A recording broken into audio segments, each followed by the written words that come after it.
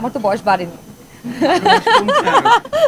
যেহেতু আমার বাবা সরকারি কর্মকর্তা, তাও বন বিভাগে, সেক্ষেত্রে বাবার পক্ষ থেকে আমি বলছি, আমার বাবাও সবাইকে বলে থাকেন প্রচুর গাছ লাগাবে। চলচ্চিত্র একটা বড় নাম আমার মনে হয়, চলচ্চিত্রের জন্য আমি প্রিপেয়ার কিনা আমি নিজেও জানি না। তো আমি খুবই কনফিউজড, আমি জানি না যদি আমার আমি জানি না, কালকেও মনে হতে পারে যে হ্যাঁ this is the right time, আমি কালকেও করে ফেলতে পারি। আবার এমনও হতে পারে যে আমি 2 বছর ব্রেক নিই তারপরেও করতে পারি, if it's a right time or not আমি জানি না। স্বামী স্ত্রী যারা একসাথে ঘর করে তারা ডিভোর্স দিয়ে হাইকোর্টে চলে যাচ্ছে না বা কোর্টে চলে যাচ্ছে না, ফ্যামিলির মতো হয়।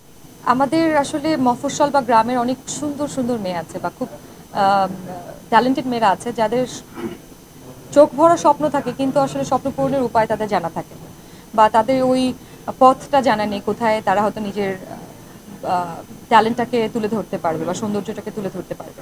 তো সেক্ষেত্রে বিউটি কন্টেস্টগুলো সবসময় আমার মনে হয় it's a very good initiative, এই ধরনের কিছু মেয়েদেরকে আমাদের মিডিয়াতে আনার জন্য, যারা পরিশ্রমী, যারা বুদ্ধিদীপ্ত এবং যারা সুন্দরী। সৌন্দর্যের কোনো আসলে আমার মনে হয় না সৌন্দর্যের কোনো সঠিক ব্যাখ্যা হতে পারে, মানে কোনো নির্দিষ্ট একটা মাপকাঠিতে সৌন্দর্যকে কখনোই মাপা যায় না, এবং এক একজনের কাছে এক এক মাপকাঠিটাই এক এক রকম। সো সেক্ষেত্রে সৌন্দর্য বলতে আমি যেটা বুঝি সেটা হতে পারে confidence. If you are confident in your skin, in your shoes, then your beautiful. আর ওই যে এই বিউটি কন্টেস্টটা কেন ভালো লেগেছে যেটা আপনি কোশ্চেন করছিলেন, সেটাই হচ্ছে এটা যে এখানে যখন 45 বছর পর্যন্ত মেয়েদেরকে সুন্দরী প্রতিযোগিতায় আনার যোগ্য মনে করছে, তা সেখানে কিন্তু বোঝা যাচ্ছে যে আমরা সৌন্দর্যকে কোনো নির্দিষ্ট বয়সসীমায় বাঁধতে চাচ্ছি না, বা সৌন্দর্যকে নির্দিষ্ট কোনো মাপকাঠিতেও বাঁধতে চাচ্ছি না।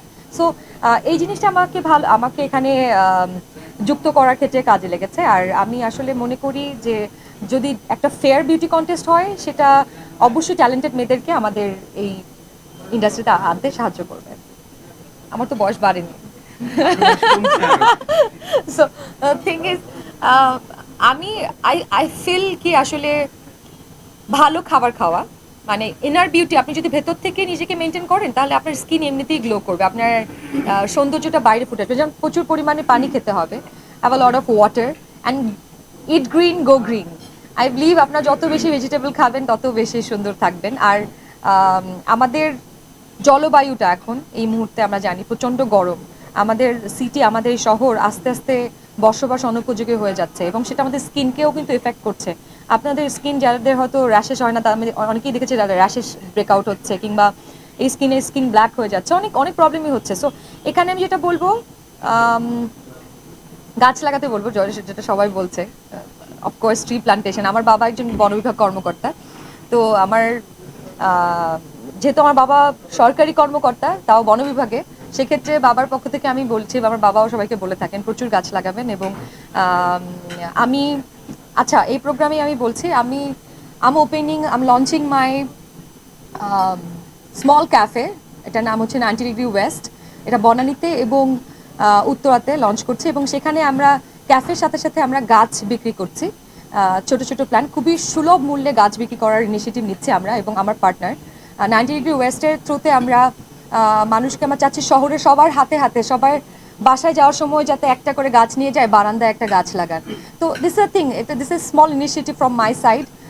As I said, my father is a government officer in forest department. So আমি যেটা বলবো, এটাও আমাদের সৌন্দর্য মেনটেনে হেল্প করবে। যদি আমাদের জলবায়ু ভালো থাকে, আমাদের স্কিন ভালো থাকবে, আমরা সুন্দর থাকবো। আচ্ছা, আসলে নাটক নাটক তো প্রচুর করেছি, আসলে নাটক নিয়ে স্পেশাল করে কি বলবো, বাট এখন যেটা আমি চাচ্ছি যে আমার অনেক 3 বছরের ক্যারিয়ারে, যেহেতু আমার জাস্ট 2.5 থেকে 3 বছরের ক্যারিয়ার আমার, তো এখানে আমি প্রথমে বুঝতেই পারিনি আসলে আমাকে কোন কোন কাজে আমাকে সম্পৃক্ত করা উচিত। কারণ সবাই এসে সবার একটা আসলে জার্নি লাগে, everyone needs a journey to be a artist. শিল্পী হয়ে ওঠার ওই জার্নিতে আমার প্রথম দিকের যে ডিসিশনগুলো, আমি বলবো যে I have taken so many bad decision, so many mistakes, and I am happy to do that, because all my bad decision has made me actually আমাকে আজকের চমক। আমি, it's all about summation of my bad decision, all my mistakes. So ওই ওই মিস্টেকসগুলো করেছি বলে আমি এখন জানি যে আসলে আমার কোন কোন কাজগুলো করতে হবে না, কোন কোন কাজগুলো করতে হবে। সো এখন অ্যাটলিস্ট, অবশ্য আবার এই পারসেপশন হয়তো আবার চেঞ্জ হয়ে যাবে 5 বছর পরে। আমি এখন যেটা বলছি, আপনি এখন যেটা চিন্তা করছেন আপনারা নিশ্চয়ই আপনারা 1 বছর পর সেটা চিন্তা করবেন না, বা 5 বছর আগে আপনারা যেভাবে জীবনকে দেখতেন এখন কি সেভাবে জীবনকে দেখেন না। তো আমাদের পারসেপশন, জীবনের প্রতি ভিউ বা জীবনের প্রতি আমাদের জীবন যাপনের যে আমাদের চিন্তাধারা, এটা সবসময়ই পরিবর্তনশীল। তো আমি এখন যেভাবে দেখছি যে আমি গল্পটাকে খুব প্রায়োরিটি দিচ্ছি কাজের ক্ষেত্রে। মোরাল লাইক আমার মনে হচ্ছে যে গল্পগুলো আমি করে ফেলেছি বা যে চরিত্রগুলো আমাকে দেখে ফেলেছে মানুষ, সেই চরিত্রগুলো আমি অ্যাভয়েড করে নতুন নতুন চরিত্র নিজেকে ভাঙার চেষ্টা করছি। যদিও খুবই ক্লিশে কথাবার্তা, এটা মনে হয় সব আর্টিস্টরাই বলে, স্টিল আই এম ট্রাইং। গত 3 বছরে আমি হয়তো অনেক কিছু করতে পারিনি, but this is my new journey to do something new. আপু, চলচ্চিত্রের সামনে আপডেটটা কি আসলে, যদি আমরা আবার নতুন কোনো চলচ্চিত্র দেখতে পাবো? চলচ্চিত্র একটা বড় নাম আমার মনে হয়। চলচ্চিত্রের জন্য আমি প্রিপেয়ার কিনা আমি নিজেও জানি না। তো আমি খুবই কনফিউজড, আমি জানি না। যদি আমি জানি না, কালকেও মনে হতে পারে যে হ্যাঁ this is the right time, আমি কালকেও করে ফেলতে পারি। আবার এমনও হতে পারে যে আমি 2 বছর ব্রেক নিই তারপরে করতে পারি, if it's a right time or not আমি জানি না। সো এই কোয়েশ্চেনটার অ্যান্সার নাই দেখি। সি আমি তো খুব বেশি জানি না এই বিষয়ে। যে বিষয়ে আমি অজ্ঞ সেই বিষয়ে বেশি মন্তব্য করাটা আমার মনে হয় বোকামি। বাট স্টিল তারপর আমি বলবো যে আমরা সবাই এক্সটেন্ডেড ফ্যামিলি। আমাদের একসাথে থাকতে গেলে আমার বাসায় ছোট বোন, বড় ভাই, কিংবা আমার বাবা, মামা, চাচাচি সবার সাথে আমাদের ঝগড়া হয়। আপনাদের হয় নাই কখনো? অবশ্যই হয়। তো উই আর ফ্যামিলি। আপনারা আমার ফ্যামিলি, চলচ্চিত্র সমিতি আমার ফ্যামিলি, আমার নাট্য অ্যাক্টর, সিকিউরিটি, ডিরেক্টরসগুলো সবাই আমার ফ্যামিলি। গন্ডগোল হয় ফ্যামিলির ভিতরে, আবার সেটা আমরা সর্ট আউটও করে নিব ইনশাআল্লাহ। আমরা ফ্যামিলি কিন্তু হাইকোর্টে যাই না। ও আচ্ছা, না যায় তো। হ্যাঁ আমি দেখেছি, আরে আমাদের গ্রামেই তো জমি জমা নিয়ে হাইকোর্টেও চলে যায় আপন ভাই বোনরাও, তো এটা হইতেই পারে। So you can not define it. স্বামী স্ত্রী যারা একসাথে ঘর করে তারা ডিভোর্স দিয়ে হাইকোর্টে চলে যাচ্ছে না বা কোর্টে চলে যাচ্ছে না, সে ফ্যামিলির মতো হয়। সো আমরা আসলে অনেক ডিফাইন না করি। দেখা গেছে এখন যারা শত্রু তারা কয়দিন পরে, 2 বছর পরে ইউ নেভার নো তারা গলায় হাত দিয়ে হাঁটবে, ইউ নেভার নো। সো আমরা জানি না কিন্তু। তো আমরা এখন অনেক মন্তব্য না করি, বাট আমি অবশ্যই অনুরোধ করব যে আমাদের পার্সোনাল আক্রোশগুলো আমাদের ভেতরে যেন থাকে, খুব বেশি মানুষ না জানলেই ভালো।